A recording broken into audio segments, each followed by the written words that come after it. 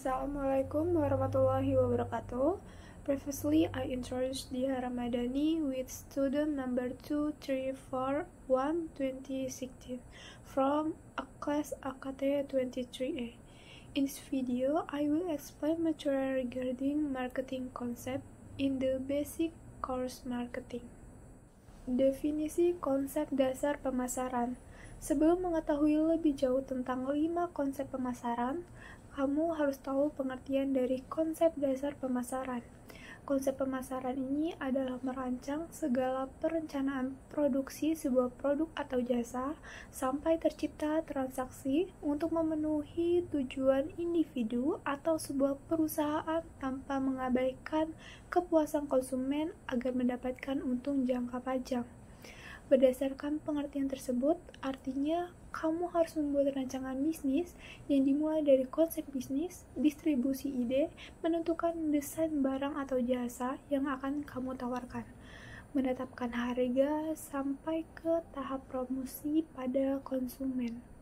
Konsep pemasaran diterapkan pada proses tersebut agar perusahaan bisa mendapatkan untung dan tetap memenuhi kepuasan konsumen. Namun, tidak berhenti sampai di situ saja. Kamu juga perlu memikirkan strategi dan teknik promosi yang tepat agar rencana bisnis bisa berjalan sesuai target. Bagaimana caranya? Caranya yaitu dengan membuat data pemasaran berdasarkan pemetaan konsumen yang jadi target kamu. Ketahui apa yang jadi kebutuhan dan keinginan konsumen. Lalu, pastikan produk ataupun jasa yang kamu tawarkan menjadi solusi bagi mereka. Poin utama pada konsep pemasaran. Karena tujuan konsep pemasaran ini untuk memenuhi kepentingan konsumen demi keuntungan perusahaan yang lebih besar, kamu harus memperhatikan ketiga poin berikut pada rencana promosi bisnis kamu. Yang pertama, needs atau kebutuhan konsumen. Bisa jadi alasan kamu memulai sebuah bisnis adalah karena memiliki sebuah kebutuhan yang belum dapat dipenuhi. Kebutuhan ini meliputi sesuatu yang esensial sehingga jika tidak terpenuhi dapat mengganggu keseharian, seperti makanan, transportasi, keamanan, tempat tinggal, pendidikan, maupun lainnya. Jika kamu memulai bisnis kamu karena ingin menawarkan sebuah solusi dari kebutuhan yang tak terpenuhi, konsep pemasaran yang cocok adalah konsep pemasaran sosial. Yang dua yaitu wants atau keinginan konsumen. Setelah kebutuhan pokok terpenuhi, terbitlah keinginan dalam bentuk sebuah individu. Bisnis yang dibangun dari keinginan konsumen biasanya merupakan barang atau jasa yang bersifat tersier seperti barang elektronik, pariwisata, produk fashion, produk-produk perawatan wajah, dan sebagainya. Bisnis yang menawarkan jasa dan produk tersier ini cocok menerapkan ilmu pemasaran konsep penjualan supaya hasilnya tepat sasaran. Lalu yang ketiga yaitu demands atau tuntutan konsumen. Ketika kebutuhan dan keinginan sudah dapat dipenuhi semua, maka muncullah tuntutan. Lini bisnis ini biasanya menyangkut pada produk atau jasa yang memfasilitasi pengembangan diri, seperti kursus bahasa, kursus memasak, dan bimbingan belajar. Bisnis ini paling cocok menerapkan konsep produk ke dalam rancangan pemasaran mereka supaya tuntutan konsumen bisa terjawab dan terpenuhi. Nah, lalu di sini ada 5 konsep pemasaran. Selanjutnya, kamu perlu mengetahui 5 konsep pemasaran beserta contohnya agar kamu bisa menentukan konsep yang tepat untuk diterapkan pada lini bisnis yang sedang kamu bangun dan kelola. Yaitu yang pertama, konsep produksi. Pada konsep ini merupakan asumsi bahwa konsumen menginginkan sebuah produk yang terjangkau dan diproduksi secara massal. Oleh sebab itu, konsep produksi lebih menekankan pada proses produksi dan distribusi barang. memikirkan cara meningkatkan produksi barang murah dengan jumlah yang banyak sehingga menekan biaya produksi. Konsep produksi juga memikirkan cara agar memenuhi pasokan barang secara berkelanjutan agar tidak sampai terjadi barang langka. Konsep ini punya kelebihan di mata konsumen karena barang yang dihasilkan bisa dibeli dengan harga terjangkau, mudah ditemui, dan ada banyak pemasok. Para investor pun melihat bisnis yang menerapkan konsep produksi sebagai lahan basah yang menguntungkan karena tidak pernah sepi konsumen dan biasanya lingkungan pasar juga tidak kompetitif. Meskipun begitu, konsep produksi tetap ada kekurangannya, yakni kualitas barang yang dihasilkan cenderung rendah karena diproduksi secara massal. Selain itu, konsep produksi ini juga cenderung mengabaikan keinginan pelanggan dan kurang berinovasi. Supaya mudah dipahami, berikan contoh konkret konsep produksinya. Seperti barang-barang impor dari Tiongkok sudah terkenal dengan harga yang murah, akan mudah ditemui di mana-mana. Itulah yang jadi daya jual mereka di mata konsumen. Akan tetapi, banyak konsumen yang kecewa karena produk asal Tiongkok ini sering tidak awet. Pada kasus ini, keinginan pelanggan untuk memiliki barang yang tahan lama terabaikan, karena pabrik memproduksi barang secara massal dengan tujuan menekan harga produksi agar dapat dijual murah tetapi mengorbankan kualitas produknya. Lalu yang kedua yaitu konsep produk. Bisnis ini yang menerapkan konsep produk biasanya berfokus pada keinginan konsumen. Jadi, perusahaan menargetkan konsumen yang memperhatikan kualitas, nilai, dan kegunaan dari produk yang ditawarkan. Perusahaan harus dapat membaca dan memenuhi permintaan serta keinginan konsumen. Cara yang dilakukan bisa bermacam-macam, mulai dari terus berinovasi, meningkatkan kualitas produk, hingga melakukan berbagai strategi promosi yang unik. Nah, dari strategi tersebut, berarti produk atau jasa yang kamu tawarkan harus memiliki nilai dan identitas di mata konsumen, agar mereka bisa merasakan manfaat dari bisnis kamu. Kelebihan dari konsep produk meliputi kualitas barang yang terjamin, selalu menarik perhatian konsumen karena cenderung terus berinovasi, dan margin penjualan cenderung tinggi. Sebaliknya, konsep ini pun juga punya kekurangan, yakni tidak terjangkau semua kalangan. Ada kemungkinan membuat konsumen bingung karena inovasi terlalu baru, dan perusahaan yang menerapkan konsep ini juga cenderung tidak mempertimbangkan kepentingan konsumen.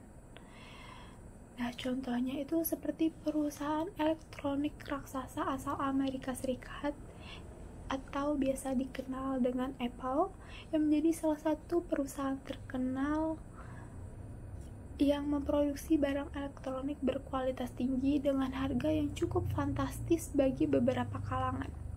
Produk mereka ini seperti iPhone atau MacBook yang mempunyai nilai dan identitas sendiri di mata konsumen, sehingga Apple selalu menjadi sorotan perusahaan elektronik lainnya karena tidak berhenti berinovasi dan meningkatkan kualitas dari produk sebelumnya. Lalu yang ketiga yaitu konsep penjualan. Dalam konsep penjualan, konsumen tidak membeli atau memakai produk yang ditawarkan, kecuali perusahaan mempromosikan dan menjual dalam kuantitas yang besar. Di sini, perusahaan harus dapat meyakinkan konsumen untuk membeli dan memakai produk mereka. Maka dari itu, perusahaan menargetkan jumlah penjualan tanpa melihat kepentingan konsumen dan harus gencar melakukan promosi secara berkelanjutan. Karena harus gencar promosi yang biayanya tidak sedikit ini, biasanya perusahaan yang menerapkan konsep ini sudah menjadi perusahaan besar, seperti perusahaan rokok, e-commerce, dan lainnya. Kelebihan dari konsep ini adalah jumlah penjualan yang sangat tinggi, Lalu perusahaan juga terus berinovasi karena mereka berinvestasi pada angka penjualan dan rencana pemasaran. Kelebihannya yaitu perusahaan tidak mempermasalahkan stok barang yang tidak berhasil terjual. Di sisi lainnya, konsep penjualan juga memiliki kekurangan, yaitu tidak mementingkan kebutuhan konsumen serta tidak berfokus pada keluhan konsumen. Contohnya yaitu seperti Shopee yang menjadi salah satu e-commerce raksasa yang beroperasi dengan mengaplikasikan konsep penjualan. Mereka kerap melakukan bakar uang yang masuk ke dalam rencana promosi mereka untuk menggait konsumen. Dengan melakukan strategi tersebut, Shopee harus terus-menerus melakukan promosi supaya konsumen setia bertransaksi sehingga meningkatkan angka penjualan produk di e-commerce tersebut. Lalu yang keempat yaitu konsep pemasaran. Konsep pemasaran ini berfokus dan melibatkan konsumen pada strategi pemasaran mereka. Perusahaan pun harus membuat rencana promosi tersendiri agar konsumen yakin membeli dan menggunakan produk yang ditawarkan. Rencana promosi yang diterapkan pada konsep pemasaran bisa berupa content marketing, advertising, influencer marketing, native advertising, atau kombinasi dari keempatnya. Strategi pemasaran tersebut umumnya dilakukan secara digital atau kerap disebut digital marketing. Karena lebih memfokuskan pada konsumen, strategi ini sering dipakai perusahaan rintisan atau perusahaan yang skalanya kecil. Dengan begitu, diharapkan perusahaan dapat menarik konsumen dengan lebih spesifik dan sesuai target. Namun, ada juga beberapa perusahaan besar yang mempromosikan produk mereka dengan konsep pemasaran. Kelebihan dari konsep pemasaran ini adalah perusahaan dapat menembak target lebih tepat sasaran, lebih memahami konsumen, dan perusahaan lebih mudah melakukan branding. Tapi kekurangannya, perusahaan harus merelakan biaya promosi yang besar karena melakukan pemasaran digital tidak mudah dan waktunya pun tidak instan. Contoh perusahaan yang menerapkan konsep pemasaran pada rencana promosi ini yaitu Spotify. Spotify ini jadi layanan pemutar musik online yang sedang digandrungi akhir-akhir ini dengan target pasar kalangan anak muda. Mereka berhasil melakukan branding bersahabat di mata anak muda karena menawarkan biaya langganan yang murah, tampilan aplikasi yang menarik, dan praktis karena dapat tersambung di berbagai perangkat sekaligus. Di samping itu, Spotify juga punya filter musik yang direkomendasikan secara otomatis. Pengguna bisa mendengarkan musik di sela-sela aktivitas harian. Lalu yang kelima yaitu konsep pemasaran sosial. Konsep pemasaran sosial menjadi strategi pemasaran yang paling baru. Pada konsep ini, perusahaan menarik konsumen dengan mengangkat kampanye kesejahteraan makhluk hidup dan keseimbangan alam. Dengan begitu, perusahaan memiliki citra positif di mata konsumen dan akan menguntungkan di masa depan. Di samping itu, perusahaan yang mengikuti konsep pemasaran sosial berusaha meyakinkan konsumen bahwa hasil penjualan produk mereka akan menambah kesejahteraan masyarakat yang terlibat, terutama kalangan masyarakat kecil. Mereka juga meyakinkan konsumen bahwa proses produksi perusahaan tidak membahayakan lingkungan dan makhluk hidup. Tidak heran perusahaan yang memakai strategi ini punya peran pada kampanye aktivitas kemanusiaan. Kelebihan konsep pemasaran sosial ini adalah mereka mampu meningkatkan loyalitas konsumen, meningkatkan kesejahteraan sosial dengan memberdayakan masyarakat yang terlibat, dan membangun branding yang positif. Akan tetapi, kekurangannya yaitu harga produk cenderung mahal dan target pasar tidak luas, karena konsumen yang membeli hanya tertarik pada isu sosial. Contohnya yaitu The Body Shop, merupakan perusahaan yang menjual berbagai produk perawatan wajah dan kulit dengan membangun branding yang ramah lingkungan dan tidak melakukan uji coba pada hewan. Selain itu, komposisi produk mereka juga organik sehingga lebih ramah lingkungan. Perusahaan ini terhitung aktif menjalani berbagai kampanye isu lingkungan. Lalu di sini ada perbedaan konsep penjualan dan konsep pemasaran.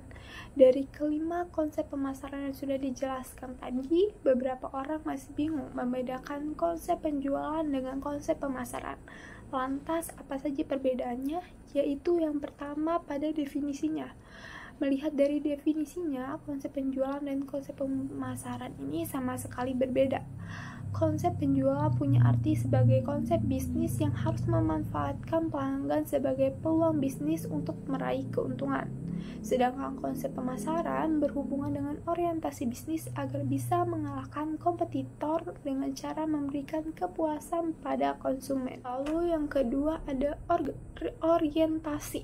Konsep penjualan dan konsep pemasaran ternyata punya orientasi yang berbeda, sebab konsep penjualan lebih menilik pada cara menarik konsumen terhadap produk dan jasa yang ditawarkan. Konsep ini pun berorientasi pada angka penjualan.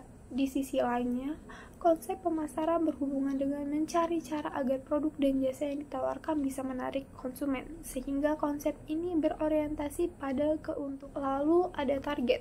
Target konsep penjualan dan konsep pemasaran pun ternyata berbeda. Di konsep penjualan, mereka lebih menargetkan pada produk atau jasa yang ditawarkan. Kemudian, target pada konsep pemasaran bukanlah produknya, melainkan kebutuhan konsumen. Esensi. Melihat dari targetnya, jelas konsep penjualan lebih mementingkan proses transaksi, sehingga yang jadi esensi adalah penjualan produk ke tangan konsumen. Sebaliknya, karena target konsep pemasaran adalah kebutuhan konsumen, sehingga yang menjadi esensi adalah kepuasan konsumen. Perencanaan. Karena konsep penjualan menargetkan pada transaksi, sehingga perencanaan mereka lebih cocok untuk jangka pendek. Sedangkan konsep marketing cocok untuk perencanaan jangka panjang karena mengutamakan ikatan dengan konsumen. Strategi. Konsep penjualan dan konsep pemasaran pun juga punya strategi yang berbeda. Karena konsep penjualan yang berorientasi pada volume penjualan, strategi mereka harus melakukan promosi dan penjualan yang besar-besaran. Sedangkan konsep pemasaran yang berorientasi pada keterikatan konsumen dan kepuasan konsumen memiliki strategi terintegrasi, cara umum yang digunakan dengan soft selling. Dan yang terakhir ada harga. Konsep penjualan mematok harga berdasarkan perhitungan seluruh biaya produksi. Sementara itu, harga produk dan jasa dari perusahaan yang mengaplikasikan konsep pemasaran mematok harga berdasarkan kondisi pasar. That's all my explanation of the material. I hope what I convey can be useful for all of you. I apologize if there are any wrong words. I thank you. Wabillahi taufiq wal hidayah. Wassalamualaikum warahmatullahi wabarakatuh.